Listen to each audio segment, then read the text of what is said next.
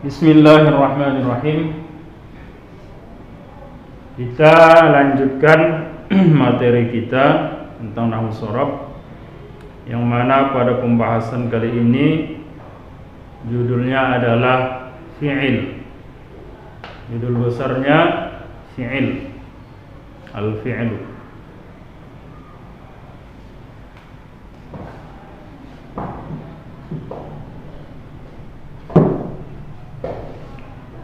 Jadi untuk pembahasan kita mengenai isim itu sudah selesai sampai untuk sementara sampai mengenal isim dari segi jumlahnya, dan itu wajib, sewajib-wajibnya wajib, mesti dia paham betul, terutama isim dari segi jumlahnya itu mesti dikuasai betul. Kalau tidak, jangan harap dia bakal mengerti i'rab. Pasti dia tidak akan bisa melangkah untuk ke pembelajaran berikutnya. Kenapa begitu? Karena itu sangat penting sekali ketika nanti kita berkaitan dengan pembahasan i'rab. Kalau dia tidak paham di situ, maka dia tidak akan bisa untuk meng'irab. Jadi saya harap kalau ada di antara kita yang kurang paham mengenai isim, terutama dalam pembahasan isim dari segi jumlahnya, mohonlah diulang kembali, diulang dengan sepaham-pahamnya paham. Baik, kita lanjutkan. Judul berikutnya adalah kajian tentang fi'il. Baik, pertama, fi'il itu dia terbagi tiga. Ada namanya fi'il madhi.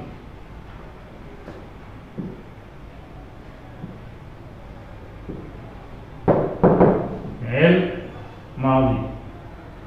Kemudian ada fi'il mudhari. Kemudian ada fi'il amr.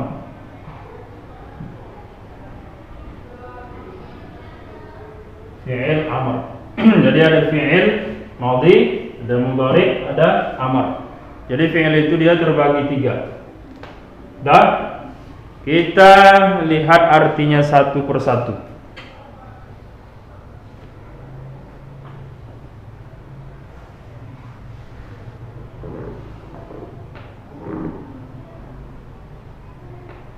Yang pertama, kita membahas mengenai pengertian fi'il. Pertama, arti fi'il madhi. Madhi itu artinya masa lalu atau masa lampau. Masa lalu atau masa lampau. Ini arti madhi. Lalu ataupun lampau. Fi'il mudhari. Mudhari artinya masa sekarang dan akan datang. Sekarang dan akan datang. Kemudian fi'il amar ini perintah. Perintah atau suruhan. Oke, inilah arti dari fi'il madhi, mudhari, amar. Jadi kalau disebut dia fi'il madhi, maka maknanya adalah kata kerja yang menunjukkan masa lampau atau masa lalu yang sudah lewat. Kemudian kalau misalnya disebut dia fi'il mudhari, maka ini maknanya adalah kata kerja yang menunjukkan masa sekarang ataupun yang akan datang. Sekarang dan akan datang. Kemudian kalau disebut dia fi'il amar, berarti ini kata kerja yang menunjukkan perintah, suruhan. Jadi kalau kita mau membuat pekerjaan itu dia sudah selesai dikerjakan, sudah siap dia, maka pakailah kata fi'il madhi, kata kerja yang telah lalu, yakni fi'il madhi. Kalau yang sedang dikerjakan atau yang akan kita kerjakan perbuatannya, pakailah dia fi'ilnya mudhari. Kalau kita mau menyuruh atau memerintah, maka pakai fi'il amar. Ini pengertian yang pertama. Kemudian tanda-tanda ini hanya sekedar untuk memudahkan kita supaya kita mudah menandai ini fi'il madhi atau mudhari, misalnya begitu. Jadi kalau ada tanda Insyaallah dengan tanda itu kita mudah, kita tahu oh ini fi'il madhi misalnya, ini fi'il mudhari misalnya. Yang pertama tanda fi'il madhi. Tanda fi'il madhi, tandanya yang pertama hurufnya sekurang-kurangnya 3 huruf. Ini tanda yang pertama. Jadi fi'il madhi itu hurufnya paling sedikit 3. Tidak ada itu fi'il madhi yang hurufnya 2 huruf, tak ada. Carilah kalau ada dia fi'il madhi 2 huruf. Kalaupun nanti nampaknya dia seperti 2 huruf, sebetulnya itu 3. Dengan nantilah panjang ceritanya dengan pengoperasian kata, dioperasi katanya. Nah, itu nanti dia nampaklah dia aslinya 3. Jadi huruf fi'il madhi itu tanda pertama sekurang-kurangnya 3 huruf. Yang kedua, tanda fi'il madhi yang kedua, huruf akhirnya selama-lamanya berbaris fathah. Selama-lamanya berbaris atas. Baris fathah, baris atas. Fathah itu artinya baris atas. Jadi huruf akhirnya selama-lamanya berbaris atas, berbaris fathah. Jadi kalau sudah disebut huruf terakhir baris fathah, baris atas, jangan lagi nanti ketika membarisi fi'il madhi salah baris huruf terakhir. Nah, ini yang fatal. Jangan sampai huruf terakhir itu salah barisnya, karena dia barisnya udah patah.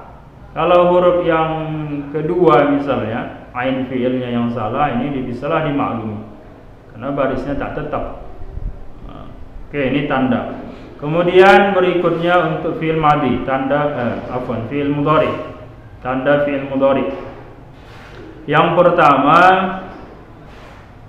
hurufnya diawali huruf mudhara'ah. Diawali huruf mudhara'ah. Diawali huruf mudhara'ah. Apa itu huruf mudhara'ah? Hurufnya ada 4.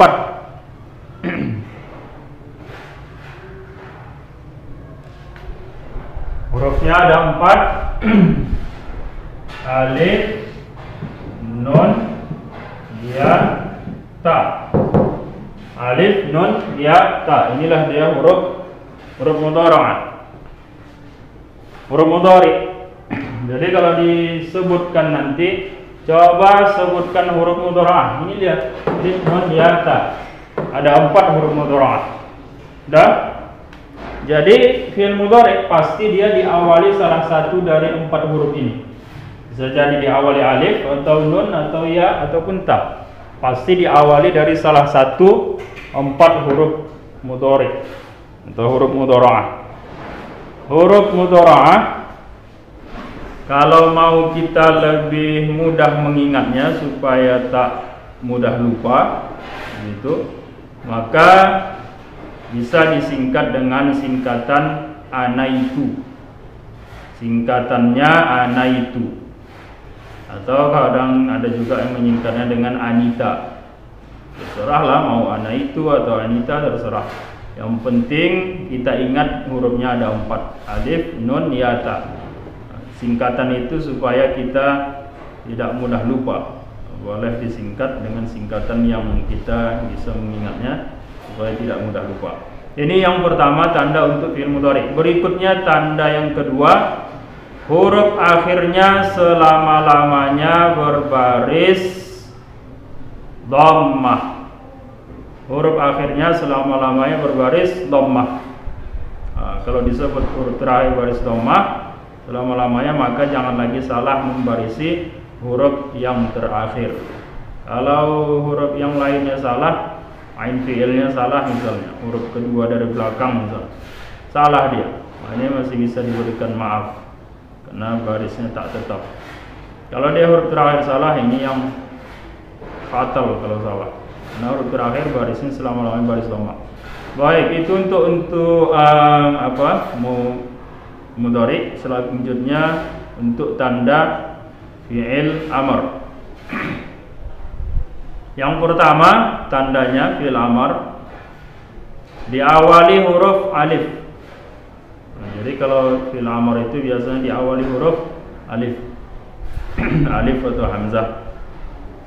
Kemudian baris terakhir selama-lamanya berbaris sukun, baris mati. Nah, ini untuk tanda fi'il amr. Jadi huruf terakhirnya berbaris mati, berbaris sukun. Sukun itu baris mati. Baik, ini mengenai tanda-tanda fi'il. Jadi tanda-tanda fi'il ini supaya kita mudah menandai apakah dia fi'il madhi, mudhari atau amr. Lihatlah nanti tandanya. Kalau ada tanda itu kita lihat, maka kita kenal, oh ini fi'il madhi misalnya. Kemudian berikutnya cara mengartikan fi'il. Cara mengartikan fi'il. Yang pertama fi'il madhi, cara mengartikannya. Fi'il madhi, cara mengartikannya diawali kata telah. Diawali kata telah. Telah atau sudah sama lah. Contoh misalnya sudah makan, sudah tidur, sudah pergi, telah pergi, telah makan, telah pulang. Jadi kalau perbuatan itu dia sudah selesai dikerjakan, maka kita pakai fi'ilnya fi'il madhi, sudah selesai dikerjakan. Makanya walaupun nanti dia tidak kita buat artinya telah pergi misalnya, cukup kita artikan pergi misalnya begitu, kita mesti paham, mesti tahu betul bahwa maknanya itu perbuatannya sudah selesai. Makan misalnya, kalau dia pakai fi'il madhi berarti dia sudah selesai makan, sudah makan, dia sudah siap.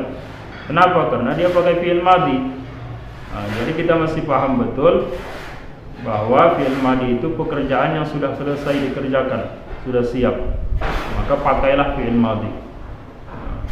Ini mengartikan fi'il madhi. Kemudian kalau dia fi'il mudhari, ini cara mengartikan fi'il mudhari. Dia diartikan diawali kata sedang atau akan. Sedang, akan, itu untuk arti kata fi'il mudhari. Sedang dan termasuk juga akan, ini untuk kata kerja yang sedang dilakukan atau juga yang akan dilakukan, dikerjakan. Misal dia sedang makan, sedang makan pakai fi'il mudhari. Kemudian atau dia akan makan, dia belum makan tapi dia mau makan, dia juga pakai fi'il mudhari. Jadi itulah bedanya dengan fi'il madhi. Kalau madhi dia sudah selesai, sudah siap dia kerjakan, sudah makan, dia sudah siap. Kalau dia fi'il mudhari, dia sedang makan. Sedang makan bisa pakai fi'il mudhari. Akulu misal. Kalau dia fi'il madhi, kultu, dia sudah makan. Kalau fi'il mudhari akulu, dia bisa jadi sedang makan atau juga akan makan, juga bisa pakai fi'il mudhari. Jadi kalau pekerjaannya sedang kita buat, sedang kita lakukan ataupun akan kita kerjakan, maka pakailah dia fi'ilnya fi'il mudhari. Ini juga nanti termasuk ketika mengartikan tidak perlu kita tidak mesti kita tuliskan sedang makan, tidak mesti pakai sedang, tapi kita mesti paham betul bahwa itu dia pekerjaannya bisa jadi dia sedang kerjakan atau mungkin akan dia kerjakan. Ini fi'il mudhari. Selanjutnya fi'il amr. Fi'il amr ini perintah. Jadi perintah, ya dia bermakna perintah, suruhan. Misalnya silahkan duduk, yang penting artinya itu bermakna perintah. Makan misalnya, silahkan makan atau makanlah. Pergi misalnya, silahkan pergi atau pergilah. Silahkan duduk misalnya, silahkan duduk atau duduklah. Yang penting makna dia bermakna perintah, suruhan. Cuma ada kajian khusus dalam fi'il amr ini, yakni cara membuat fi'il amr. Ini ada pembahasan khusus dalam kajian fi'il amr. Baik, buat judulnya atau subjudul berikutnya, cara membuat fi'il amr. Bagaimana caranya? Yang pertama sebagai tanda kutip yang mesti diingat. Fi'il amar dibuat dari fi'il mudhari. Nah, ini mesti diingat. Fi'il amar dibuat dari fi'il mudhari. Jangan nanti kalian membuat fi'il amar itu dari fi'il madi, tak bisa. Payah. Tak dapat dia caranya. Jadi kalaupun nanti ada pertanyaan, dibuat di situ dituliskan fi'ilnya fi'il madi. Kemudian perintahnya buatlah fi'il ini menjadi fi'il amar. Maka caranya cari dulu fi'il mudhari'nya. Sudah dapat fi'il mudhari'nya, maka rubahlah dia menjadi fi'il amar. Kenapa begitu? Karena fi'il amar itu dibuat dari fi'il mudhari'. Jadi mesti cari dulu fi'il mudhari'nya apa, supaya nanti dapat dia fi'il amarnya. Itu tadi fi'il amar dibuat dari fi'il mudhari'. Caranya bagaimana? Yang pertama, caranya dibuang huruf ya mudhara'ahnya. Dibuang huruf ya mudhara'ah. Ini cara pertama. Buang huruf ya mudhara'ah. Ya mudhari'nya dibuang.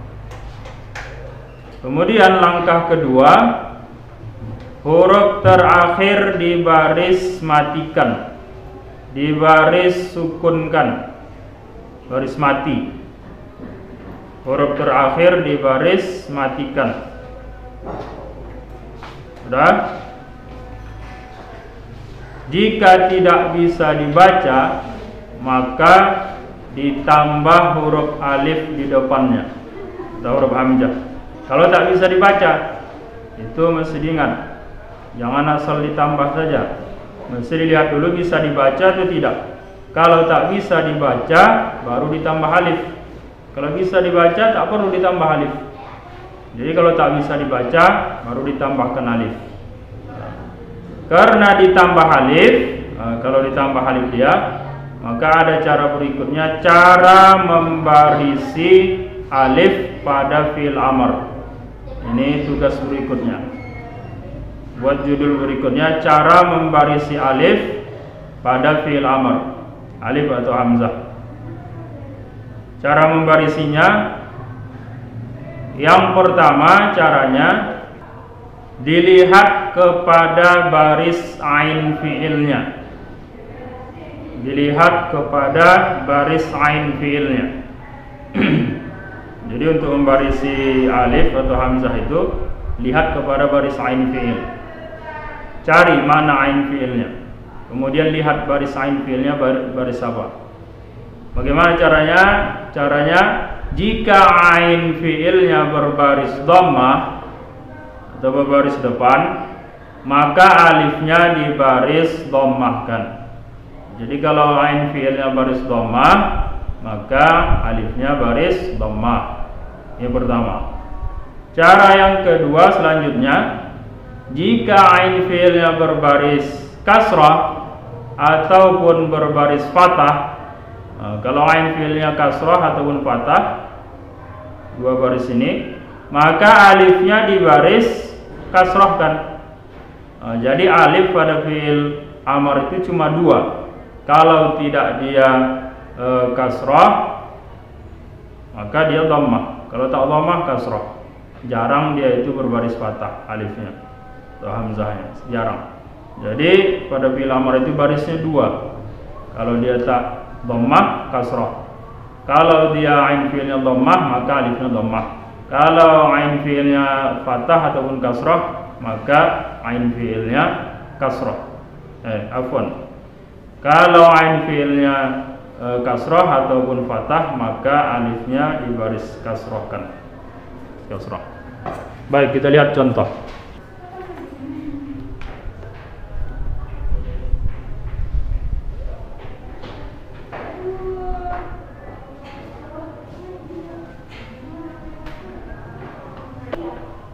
Baik, kita lihat contohnya. Misalnya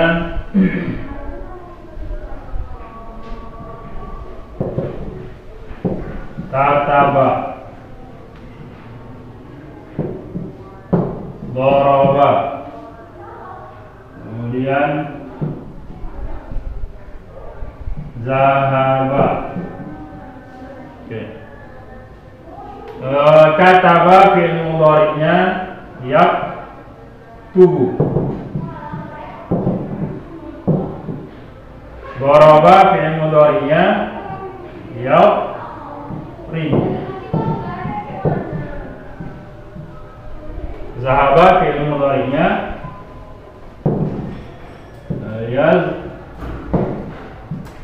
yazhabu. Oke. Kataba artinya menulis. Berarti kalau fi'il madhi telah menulis, sudah menulis dia. Daraba memukul, telah memukul. Zahaba pergi, berarti telah pergi karena fi'il madhi. Yaktubu menulis juga, cuma artinya sedang menulis atau juga akan menulis. Yadribu artinya memukul, berarti karena fi'il mudhari maka artinya sedang memukul atau akan memukul. Zahaba fi'il mudhari'nya yazhabu, maka artinya pergi. Kalau dia fi'il mudhari maka artinya sedang pergi atau akan pergi. Kita buat fi'il amarnya.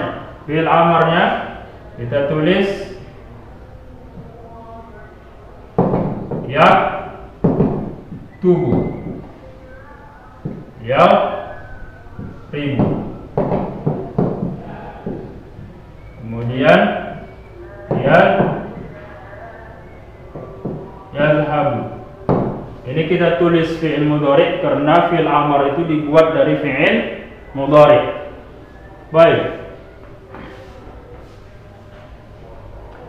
Baik, bagaimana cara membuat fi'il amar? Caranya tadi fi'il amar itu dibuat dari fi'il mudhari. Fi'il amar dibuat dari fi'il mudhari. Caranya pertama dibuang huruf ya mudhara'ah. Dibuang. Kita buang huruf ya mudhara'ah. Selanjutnya langkah kedua, huruf terakhir di baris matikan, di baris sukunkan. Jadi ini juga nanti termasuk dia kita untuk membaca Al-Quran yang alifnya tidak berbaris. Jadi mohon diperhatikan bagus-bagus supaya bisa membarisi alif pada Al-Quran yang dia tidak ada barisnya. Dan nanti fi'il amar di Al-Quran yang dia tidak berbaris alifnya. Udah? Bisa dibaca tidak? Tak bisa. Untuk payah majerit. Jadi kalau sulit tak bisa dibaca maka ditambahkan alif atau hamzah. Dan alifnya tak ada barisnya, maka langkah berikutnya cara membarisi alif pada fi'il amar. Inilah dia cara membarisinya. Lihat kepada baris ain fi'il. Mana ain fi'ilnya? Bagi yang tidak tahu ain fi'il, coba kita lihat contohnya. Misal contoh kita buat nasoro misalnya. Nasoro, fa'ala. Yang sejajar dengan huruf fa ini disebut fa fi'il. Yang sejajar dengan ain disebut ain fi'il. Yang sejajar dengan lam disebut lam fi'il. Jadi ain fi'ilnya apa? Ain fi'ilnya huruf shad. Kenapa shad? Karena shad itu yang sejajar dengan ain fi'il. Jadi ain fi'ilnya shad. Kalau misalnya zal, nazara, ain fi'ilnya huruf za. Kalau misalnya yang suruh, ain fi'ilnya huruf shad. Huruf shad juga. Kenapa begitu? Ini fi'il mudhari. Yaf'al. Jadi ya ini tambahan ke fi'il mudhari. Tetap ain fa fi'il, ain fi'il, lam fi'il. Sama seperti ini. Sudah? Kita lihat. Yaktubu, ain fi'ilnya huruf ta. Ta-nya berbaris dhammah, maka alifnya dibaris dhammahkan. Kalau ain fi'ilnya dhammah, maka alifnya dhammah. Maka bacanya uktub. Dan yaqribu, ain fi'ilnya huruf ra. Ra-nya berbaris kasrah, maka alifnya dibaris kasrohkan. Jadi bacaannya fi'il amarnya yadrib. Dah. Terakhir yadhabu, ain fi'ilnya huruf ha, hanya berbaris fathah baris atas, maka alifnya dibaris baris kasrohkan. Jadi bacaan ain fi'il amarnya izhab. Nah, inilah dia cara membarisi fi'il amar. Dah, ini juga termasuk ketika nanti membaca Al-Quran, ada nanti di Al-Quran itu yang dia fi'il amar yang dia tidak berbaris alifnya. Nah, jadi kalau dia tak berbaris, jangan asal baca. Bisa nanti dipakai kaidah cara membarisi fi'il amar alifnya. Jangan asal dibarisi, nanti salah. Kalau asal-asalan berdosa. Kalau memang tak tahu betul barisnya, ditanya sama yang tahu. Wallahu a'lam. Wassalamualaikum warahmatullahi wabarakatuh. Jangan lupa like, subscribe, dan tekan tanda loncengnya. Terima kasih.